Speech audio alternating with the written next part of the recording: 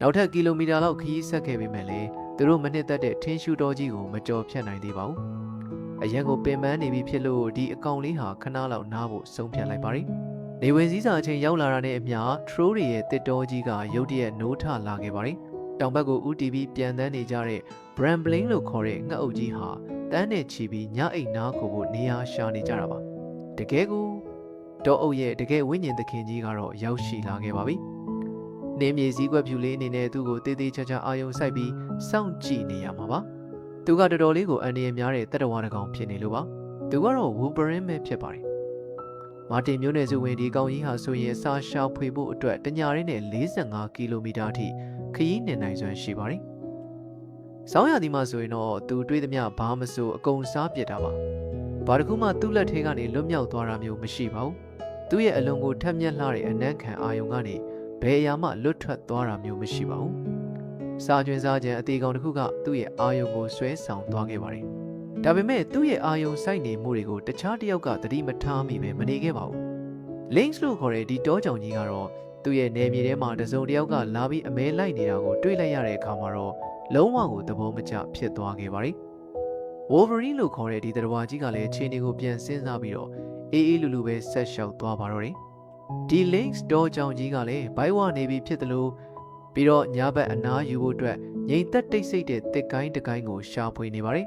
။ Lynx လို့ခေါ်တဲ့ဒီတောကြောင်ကြီးကတော့ရန်လုံနေတဲ့ဇီးကွက်နဲ့ပြဿနာမတက်ချင်တာကြောင့်သူ့ဘာသာသူပဲနေလိုက်ပါတော့တယ်။ဒီဇီးကွက်လေးရှိမှတော့ရှည်လျားပြီးအေးဆက်လာတဲ့အချိန်နာရီတွေကစောင့်ကြိုနေပါတယ်။ဒီညဟာတကယ်ကိုဒဏ္ဍာရီတွေနဲ့ပုံမြင်တွေတဲကလို့ညမျိုးပါပဲ။ညဘက်ကောင်းကင်ယံမှာဝါရောရလို့ခေါ်တဲ့မြောက်ပိုင်းလင်းနှန်းတွေကမီးစုံသေးရဲလေးတွေလိုကခုံနေကြတာဟာတကယ်ကိုအံ့ဩစရာကောင်းလာပါတယ်။ညဘက်ကောင်းကင်ယံမှာမြောက်ဘက်အလင်းနှန်းတွေကမီးစုံတောက်နေတဲ့တစီတွေလိုကခုံနေကြတဲ့အခါတခြားကဘာကတမန်တော်တွေအကြောင်းဒဏ္ဍာရီတွေဟာဒီလိုညမျိုးတွေကနေစတင်ခဲ့တာဖြစ်နိုင်ပါတယ်။ဒီတရဝါလေးတွေဟာ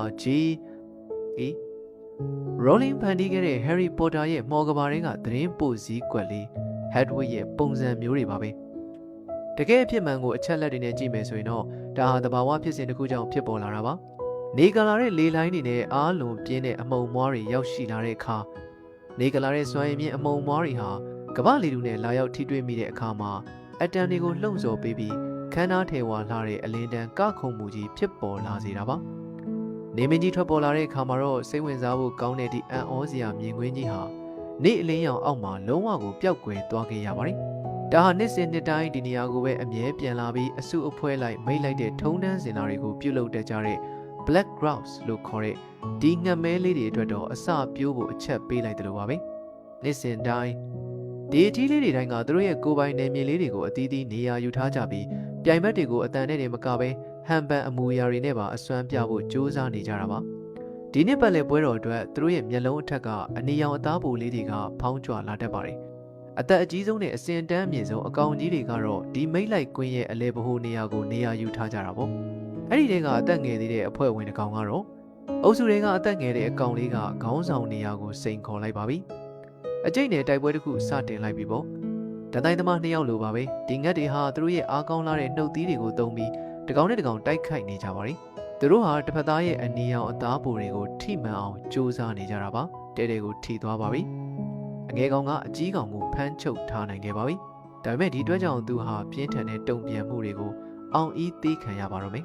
ဒီအတွက်ကြောင့်သူဟာပြင်းထန်တဲ့တောင်ပန်ရိုက်ချက်တွေနဲ့ပြန်လဲတိုက်ခိုက်တာကိုအောင်ဤသေးခံရပါမယ်ဒီလိုတိုက်ပွဲမျိုးမှာအသက်ကြီးတဲ့သူရောငယ်တဲ့သူပါအမွှေးမြင်တွေပြုတ်ထွက်သွားနိုင်ပါတယ်အနိုင်ရတဲ့သူတယောက်တည်းသာဒီအမလေးတွေနဲ့မိတ်လိုက်ခွင့်ရမှာဖြစ်ပါတယ်ကြည့်ရတာတော့ gross လို့ခေါ်တဲ့ဒီတောချက်တွေကတော့မနှက်စာဖြစ်လာမှာမဟုတ်တော့ပါဘူး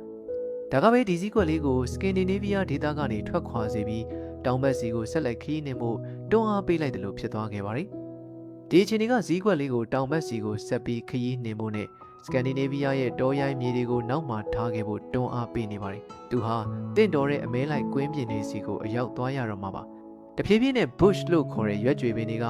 တောအုပ်ရဲ့အယောင်သွေးတွေထဲမှာရောနှောပါဝင်လာပြီးနေတာတွေကလည်းပိုရှည်လာသလိုပိုပြီးတော့လည်းနှွေးထွေးလာခဲ့ပါတယ်။နောက်ထပ်10ရက်ကြာပြန်တန်းပြီးတဲ့နောက်မှာတော့သူဟာ Scandinavia တောင်ဘက်ကမ်းရိုးထဲမှာရှိတဲ့မြောက်ပင်လယ်စီကိုနောက်ဆုံးမှာတော့ရောက်ရှိသွားပါပြီ။ဒါပေမဲ့လည်း ဒါပေမဲ့အောက်မှာအနားယူနေတဲ့ပင်လယ်ပျော်ငှက်လေးတွေနဲ့အတူရေပြင်ကျဲကြီးကိုတွေ့ရမယ့်အစားရေခဲပြင်ကန္နာရာကြီးကလွဲလို့ဘာမှမရှိတော့ပါဘူးဒီနေ့မှာတော့အာတိတ်ရဲ့အေးစိတ်နဲ့အပူချိန်တွေကတမမျှတတဲ့ဒေသတွေအထိတောင်လွှမ်းမိုးသွားခဲ့ပါတယ်ဘိုက်ကင်းရဲ့နေမြေဖြစ်တဲ့ဒိမန်နိုင်ငံတဝန်းမှာလည်းဒီလိုအခြေအနေမျိုးပဲမြင်တွေ့နေရတာပါ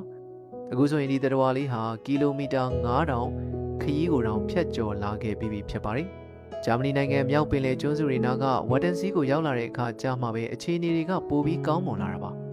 ဒီရေအတက်ကျရှိတဲ့လမ်းကြောင်းတွေကြားထဲမှာရေခဲပြင်တွေရဲ့အကာအကွယ်မရှိဘဲကူးခတ်နေတဲ့ဖလောင်းတာ9အုပ်စုလိုက်ကိုတွေ့နိုင်ပါတယ်နောက်ဆုံးတော့သူလိုချင်တဲ့ပန်းတိုင်ကိုရောက်သွားပြီလား Snowy Owl လို့ခေါ်တဲ့ဒီနှင်းစည်းကွက်ဖြူလေးတစ်ကောင်ကတော့လွန်ခဲ့တဲ့2ပတ်လောက်ကလေးကရောက်နေနေတာပါ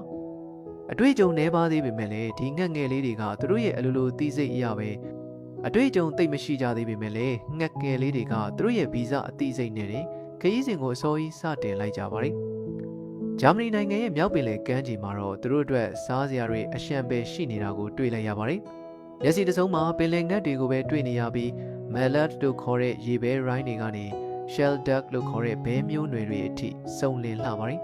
ကမ်းခြေနောက်ဘက်ကကုန်းထဲမှာရေချိုအိုင်နေစီမှာညနေဝင်ရီတရောအချိန်ရောက်လာတာနဲ့မျှသူတို့အားလုံးဟာနေရာကောင်းတစ်ခုရဖို့အတွက်အလူရက်စူးစမ်းနေကြပါတယ်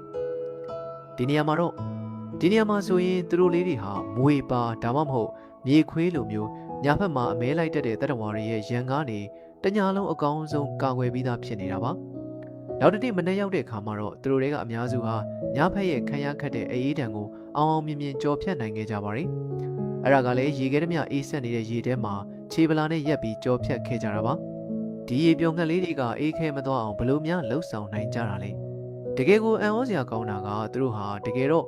အံ့ဩစရာကောင်းတာကဒီတရဝါလေးတွေဟာရေခဲပြင်ပေါ်မှာရှိနေပေမဲ့သူတို့ကိုယ်တွေကအပူဓာတ်ကိုအနေချင်းလောက်ပဲဆုံရှုံကြတာပါသူတို့ရဲ့ခြေထောက်တွေထဲမှာအပူဓာတ်ကိုပေးယူလုပ်ပေးတဲ့ပြီးပြည့်စုံတဲ့စနစ်တစ်ခုပါရှိနေလို့ပါပဲ